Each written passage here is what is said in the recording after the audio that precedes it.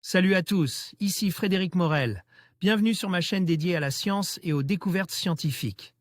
Si vous êtes passionné par l'exploration de notre univers et les avancées scientifiques, pensez à vous abonner. Aujourd'hui, on plonge dans un sujet fascinant qui repousse les limites de notre compréhension. Bonjour Allons-y. à tous. Dans cette vidéo, je vais vous plonger dans l'univers fascinant des moteurs ioniques, une technologie qui pourrait bien révolutionner nos voyages spatiaux.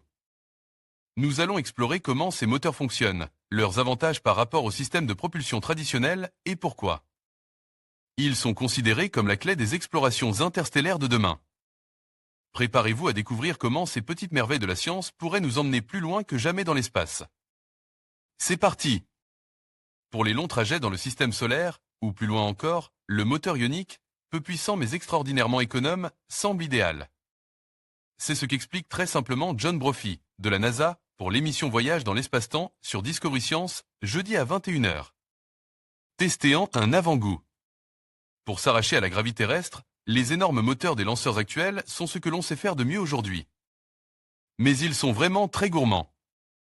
Ainsi, une Ariane 5 embarque dans sa partie inférieure environ 620 tonnes de carburant, 140 tonnes d'ergol liquide, hydrogène et oxygène. Oxygène et 480 tonnes de propergol solide, la poudre. En moins de 9 minutes, tout est consume. L'étage supérieur ne se trouve alors qu'à 172 km d'altitude avec une vitesse d'à peine 7 km par seconde. Il doit allumer un nouveau moteur qui puisera dans un réservoir d'environ 10 tonnes pour atteindre, en peu de minutes, la trajectoire voulue à la vitesse requise. Voyage dans l'espace-temps, c'est le titre de cette série, diffusée tous les jeudis soirs sur la chaîne Discovery Science. Ici, John Brophy, spécialiste des propulsions exotiques à la NASA, nous explique le principe du moteur ionique, ballon à l'appui, qui nous permettra peut-être un jour de nous rendre jusqu'à Proxima du Centaure ou Proxima Centauri, l'étoile voisine du Soleil. Discovery Science accélérée peut mais longtemps, c'est le moteur ionique. Dans l'espace, ces puissants moteurs sont terriblement inadaptés. Une fois la vitesse de libération atteinte, 11 km par seconde pour un vaisseau quittant la Terre, et sans frottement atmosphérique, une minuscule poussée suffit pour produire une accélération et, une fois acquise, la vitesse ne change plus. Ces moteurs à ergol consomment alors beaucoup trop, imposant d'énormes réservoirs. En 1911, le grand pionnier russe de l'astronautique Konstantin Tsiolkovsky avait découvert que l'on peut obtenir une excellente poussée avec une faible masse éjectée si sa vitesse est suffisamment élevée. Des particules électriquement chargées, ou des ions-ions, des atomes ayant perdu ou gagné un ou plusieurs électrons font l'affaire, puisqu'on peut les accélérer fortement dans un champ électromagnétique. Le russe, ainsi que les pionniers Hermann Oberth, Allemagne, et Robert Goddard, États-Unis, n'imaginaient sans doute pas que des panneaux solaires pourraient fournir l'énergie pour créer ce champ. Down et son moteur ionique en direction de Cérès.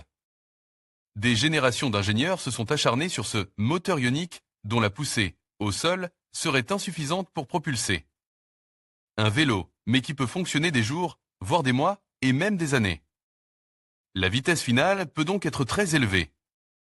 La sonde Dawn de la NASA a mis 4 ans à atteindre 11,6 km par seconde, mais elle n'a consomme que 430 kg/kg de carburant, du xénon.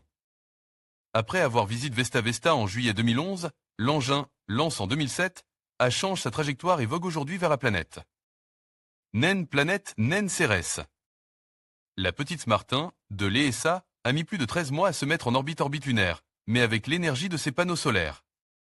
Et en consommant 60 litres de xénon. Et l'histoire du moteur ionique comporte déjà une saga spatiale, celle de la sonde japonaise Hayabusa. Lance en 2003, le petit vaisseau a visité l'astéroïde Itokawa en 2005, puis a subi une kyrielle d'ennui, retardant son retour de 3 ans.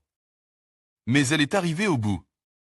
Sortons nos calculettes et partons de l'accélération de Smartin, 0,2 m s. À chaque heure qui passe, la petite sonde voyait sa vitesse augmenter de 2,6 km/h. Si le moteur pousse pendant 1 an, quelle vitesse atteindra-t-elle en 1 an, en 10 ans? Bon voyage! En conclusion, le moteur ionique représente une avancée majeure dans le domaine des voyages spatiaux. Grâce à son efficacité énergétique et sa capacité à propulser des vaisseaux sur de longues distances, il ouvre la voie à des missions audacieuses vers des destinations lointaines. Alors que l'exploration de l'espace continue de fasciner l'humanité, cette technologie pourrait bien être la clé pour réaliser nos rêves d'aventures interstellaires. L'avenir des voyages spatiaux s'annonce prometteur, et le moteur ionique en est un acteur central. Merci de nous avoir rejoints dans cette exploration passionnante.